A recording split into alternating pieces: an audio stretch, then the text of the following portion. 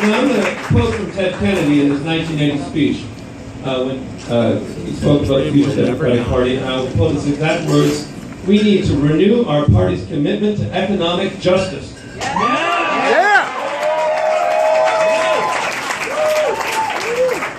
We as a party have lost sight of the ways. We have lost sight of the fact that inequality has become a moral issue, that the state of wealth disparity between haves and have-nots has become repulsive to those who consider that we share a common humanity, that believe this nation was founded in liberty to support principles of equality, that at some level we are all the same. We are now living in a period we have lost touch with the fundamental American value of equality, and that must change, and the Democratic Party must lead that change. Amen. Finally, we have let the Republican Party hijack the message of prosperity. The Democratic Party is a party of prosperity. The Republican Party is a party of crony capitalism. Let me remind you, corporations are not human beings. An economy that works for corporations does not necessarily work for us. We're in competition with corporations. We need to reaffirm that this is a party, this is a country that cares about humans more than it cares about legal fictions. Yes, sir. Yes, sir. And I will say that we have let the Republican Party hijack the idea that they are the smart party of small business, that they are the party of people struggling, when in fact all they are doing is everything possible to hijack our economy and deliver it to the interests of non-human parties, and that must stop.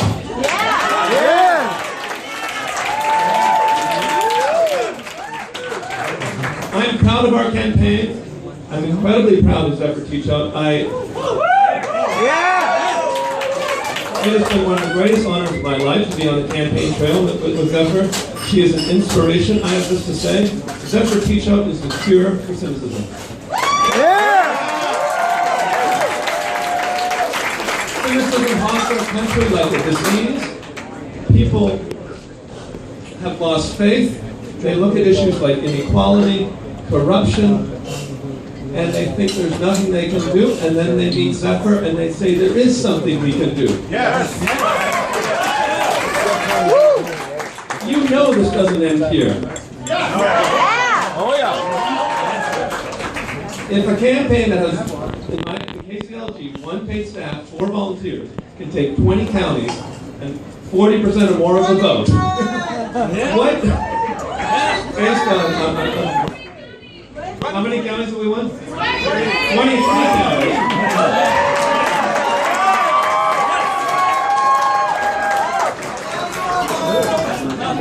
That's nothing. Just think what we can do when we really start to get our act, when we really start to get organized. Yeah, imagine if we had a tenth of their money. So again, let me close here. I want to just reaffirm and restate where the Democratic Party should be. We should be a party of strength, not a party of weakness. We should be a party of values, not a party of sellouts.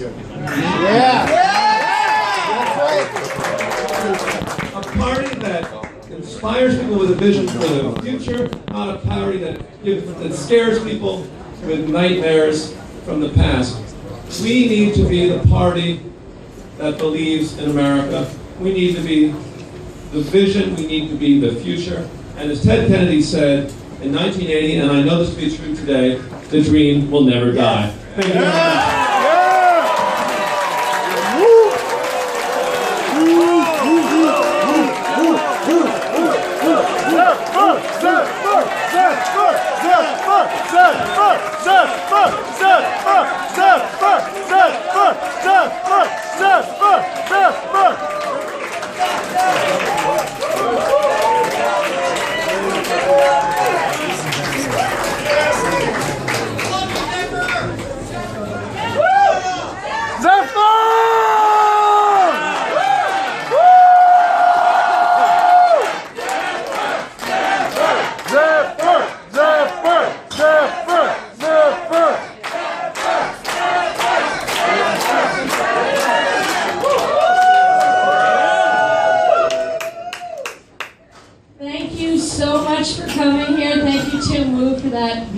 speech, and I have a few words, but I first want to thank all the people. Can I lift this up a little? Yeah. Do whatever you want. There we go. I want to thank all the people who have made this extraordinary evening possible. I want to thank the fractivists.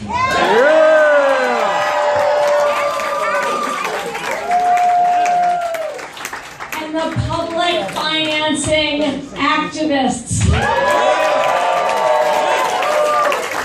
And the teachers and parents who have been fighting for our schools. And the immigrant rights activists. The public employees and all the New Yorkers who share our vision of this state.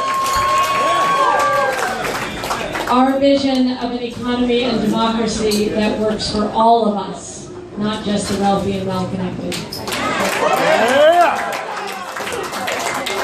But before we get into the meat of this, I want to thank Mike Boland.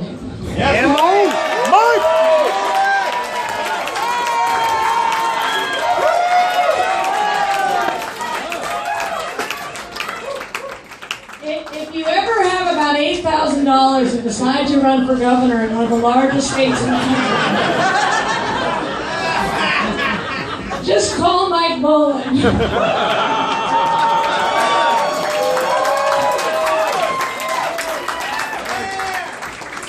You know, people say without this person I couldn't have done it, but let's be very clear.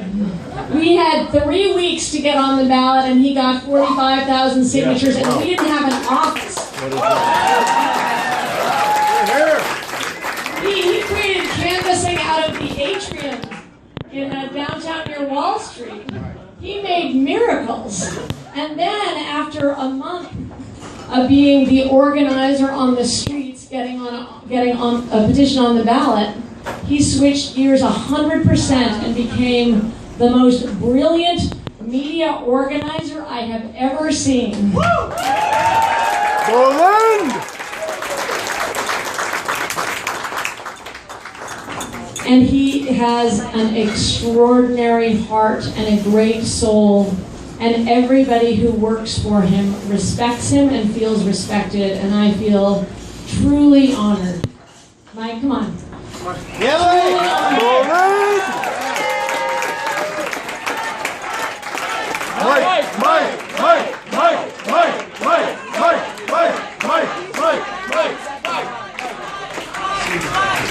over here, Zephyr. There he is.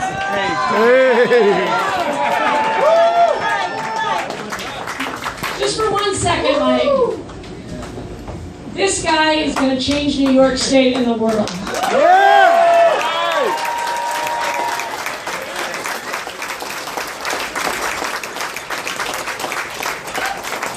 Thank you also to my father who's here. He's the guy who taught me how to go take on some bulls. My mother who taught me that every person deserves equal recognition. My niece Allie, who was my press secretary. My brother Cabot, my sister Dylan, Sarge, my nephew, Chelsea, my sister, and a shout out to my sister in Kyrgyzstan with her 6 kids. Only 3 of them are sick right now. And to my grandmother, Molly Miles, who was one of our first campaign donors.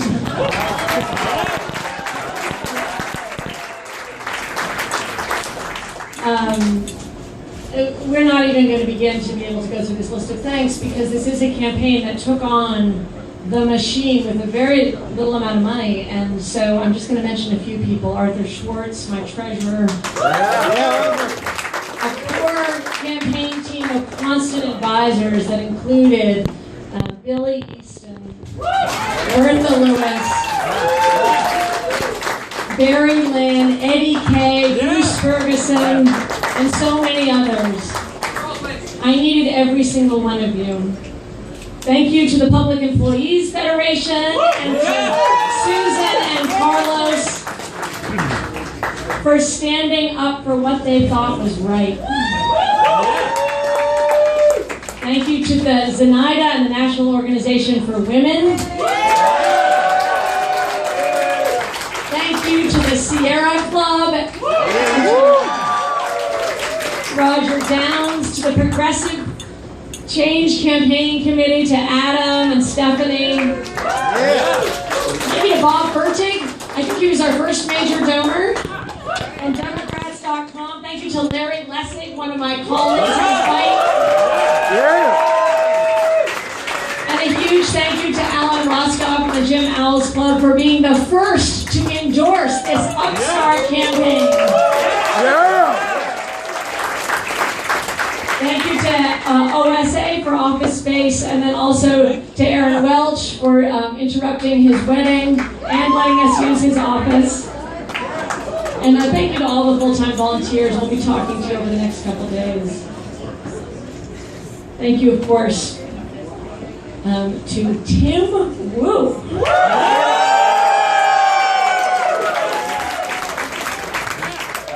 now know, I'm going to raise this up even more. There we go. Who we now know is not only an extraordinary thinker, but an extraordinary campaigner, and has so much heart, and has led the fight for fighting big cable, and he is not done on fighting concentrated power.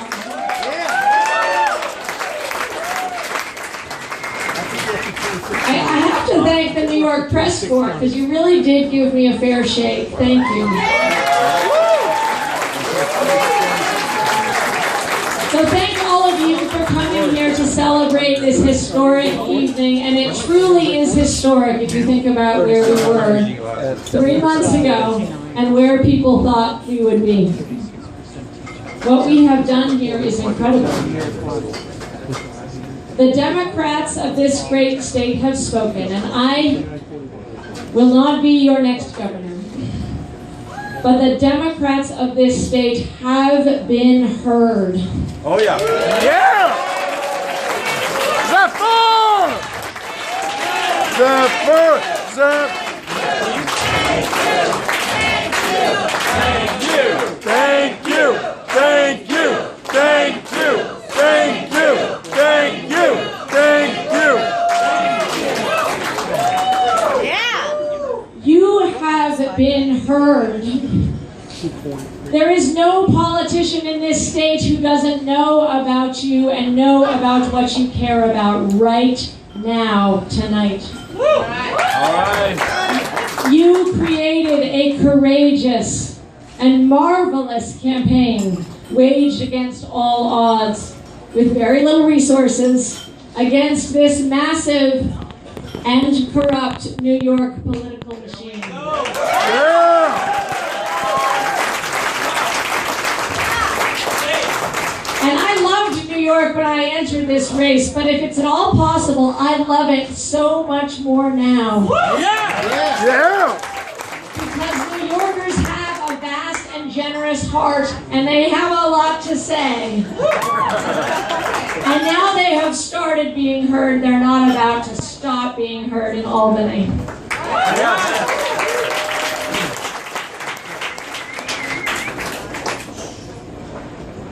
So it does look like I'm not going to be the next governor of this state, but this is still a big moment, and I still want to celebrate it.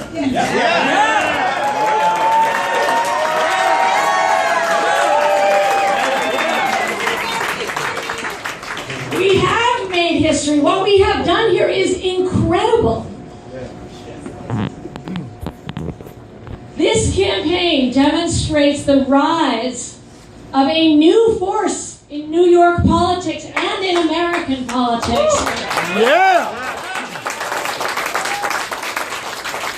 It's a fearless force. It's of Democrats who believe in all of us and are willing to fight for it. Here's what we're fighting for. We are fighting for You've heard me say it before, but I'm not going to stop fighting for it. The best public schools in the country. We're fighting to ban fracking. We're fighting for a small business economy.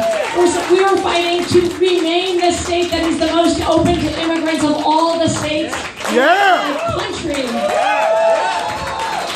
And we are fighting against this scourge of inequality which we cannot afford.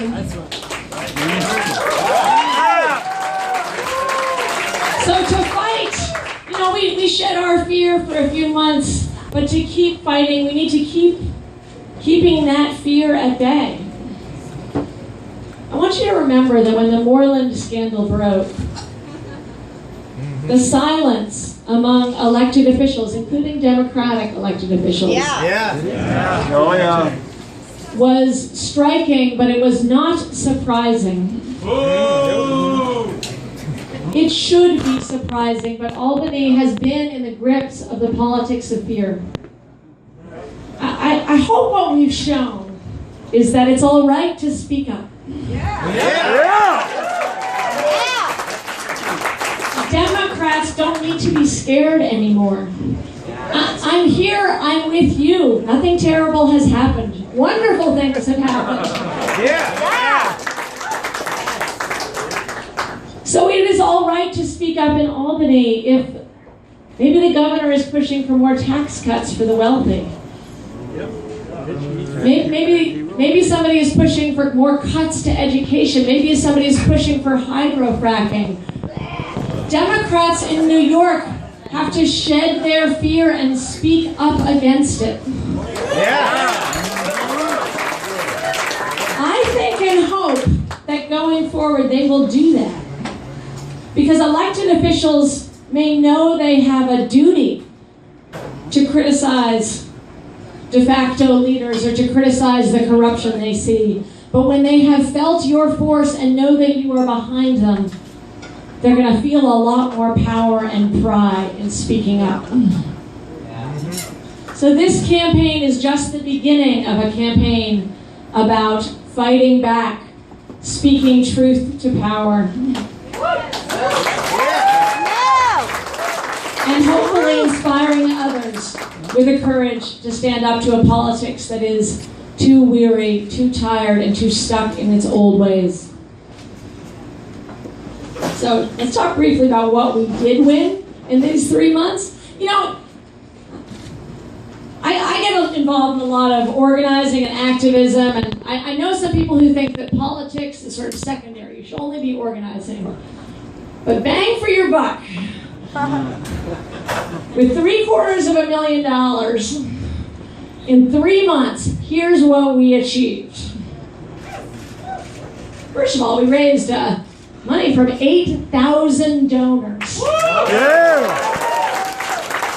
Directly engaging $8,000 in this critical fight. Our opponents raised money from about 900 donors during that same time. So in recent years, we've seen the state becoming more and more conservative.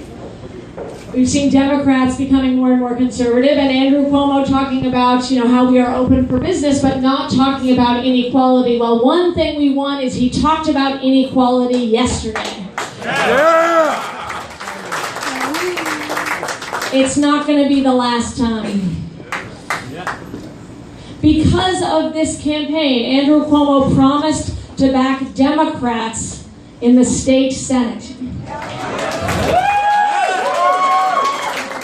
Because of this campaign, Andrew Cuomo promised to push for public financing of elections next term. And today, at the polling booth, after years of silence, Andrew Cuomo promised to do something that we have already done, which is visit a Pennsylvania fracking site so he can break the silence and hopefully enact a ban on hydrofracking in New York State.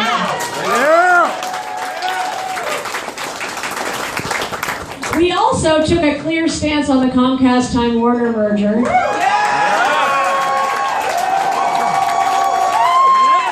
And we showed, 23 counties, we showed that voters care about the concentration of power in the private sector. So one of my hopes for this campaign is that people will start understanding what Tim and I are talking about when we say we're old-fashioned trust busters. All right. And blocking mergers and breaking up monopolies will again become a campaign issue in New York and around the country.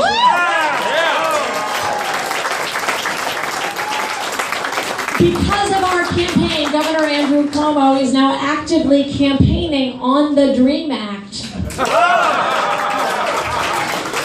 Because of our campaign, he's now actively campaigning, saying that he increased school funding. Taking pride in increasing school funding, which has been a bedrock of our campaign.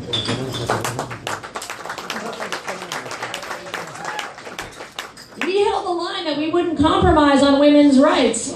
And Governor Andrew Cuomo has now committed to be fully behind all 10 points in the Women's Equality Act.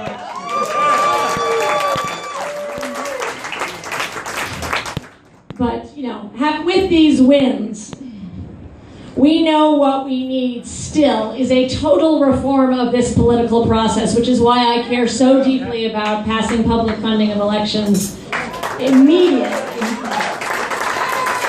And in many ways, this campaign is one of the best pieces of evidence about why we need public funding of elections.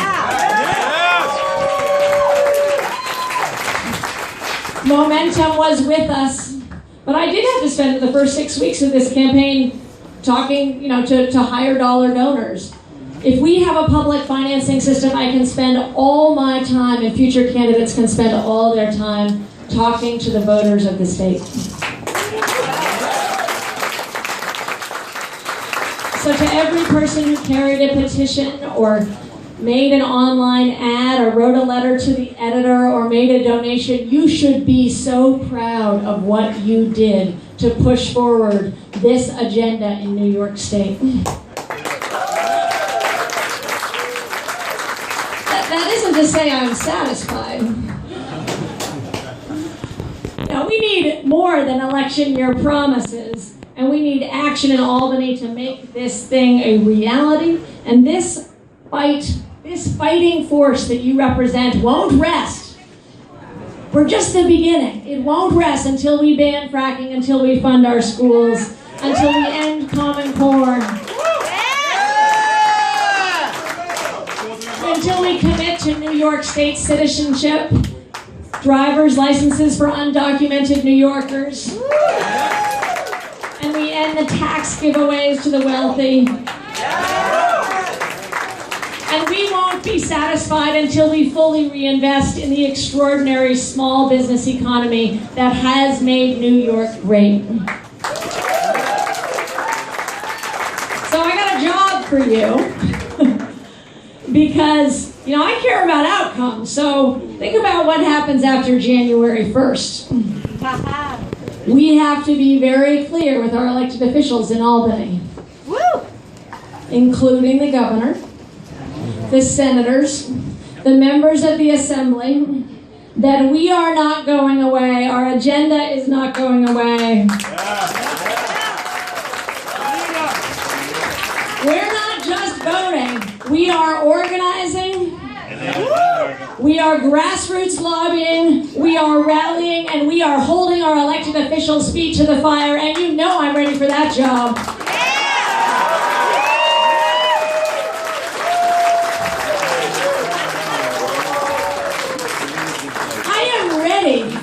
To end this politics of scarcity, which tells us that there are not enough resources and that we must beg at the feet of oligarchs for them to stay in New York. It's a pack of lies! There is fear at the base of this politics of scarcity and austerity. It encourages a kind of fighting over scraps. What I see in New York and what I see tonight is that we are abundant with talent, drive, energy, resources, natural resources, and people from all over the world. We have to reject the politics of scarcity. We have to keep the arms of liberty open. We can draw on all our resources to build an economy and a democracy that works for all of us.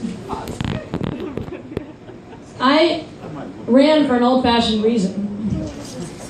I thought I'd be a better governor than the other guy.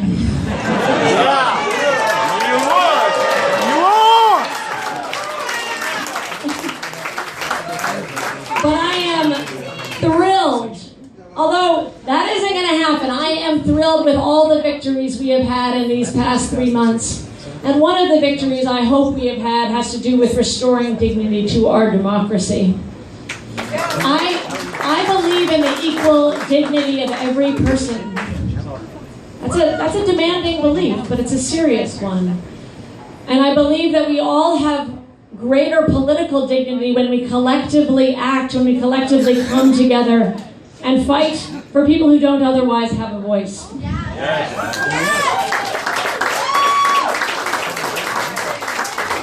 I am proud to say that throughout this race, we maintained our dignity by maintaining our honesty. We wore our beliefs on our sleeves.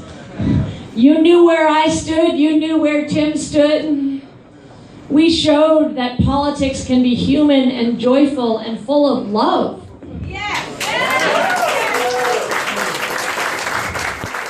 And if we dare to approach our politics with the simple principle that our elected leaders can place the love of people ahead of their own interests or ahead of the interests of their donors, we can do extraordinary things. We can fulfill the promise of American democracy. We hope this inspires hundreds, thousands, tens of thousands of other candidates to stand up for what they believe in, to run for offices they think they can fill,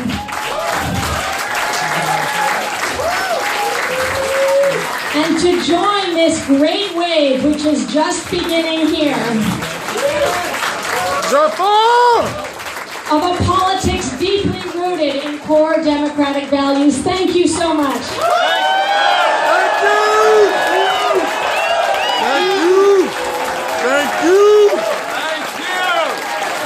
Thank you.